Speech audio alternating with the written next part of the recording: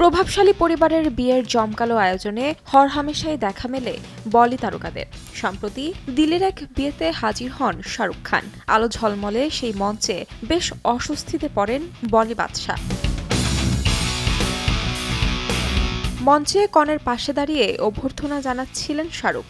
ঠিক সেই মুহূর্তেই কিং খানের করা এক তামাকজাত দ্রব্যের বিজ্ঞাপনের সংলাপ শোনার আবদার করেন কনে, যে বিজ্ঞাপন একসময় জন্ম দিয়েছিল তীব্র সমালোচনার। সামাজিক মাধ্যমে ট্রলিং, এমনকি আইনি ঝামেলাতেও পড়েছিলেন বাদশা।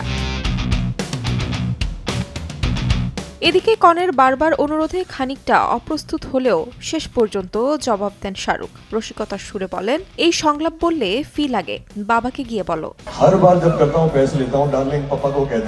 সেই মুহূর্তের ভিডিও সামাজিক মাধ্যমে ছড়িয়ে পড়তেই মিশ্র প্রতিক্রিয়া জানাচ্ছেন শাহরুখ ভক্তরা। একদল তার রসবোধে মুগ্ধ, অন্য দল বাদশাকে এ ধরনের অনুষ্ঠানে না যাওয়ার পরামর্শ দিচ্ছেন।